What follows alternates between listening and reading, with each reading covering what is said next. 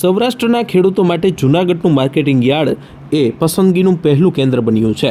Junagadh marketing યાર્ડમાં જણસીની ખૂબ સારી આવકની સાથે ખેડૂતોને ખૂબ સારા ભાવ મળી રહ્યા છે અને તેના લીધે અત્યારે હાલમાં સૌરાષ્ટ્રભરમાંથી ખેડૂતો પોતાની જણસી લઈ અને જૂનાગઢ માર્કેટિંગ યાર્ડમાં વેચવા માટે આવી રહ્યા છે।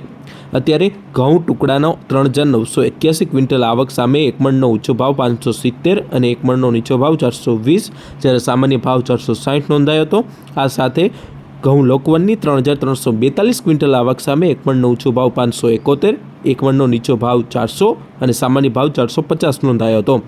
ઘઉં, બાજરો, ચણા, તુવેર, મગફળી, સિંગફાડા, જીરું, ધાણા, ધાણી, સોયાબીન અને મેથીની ખૂબ સારી એવી આવક નોંધાઈ રહી છે।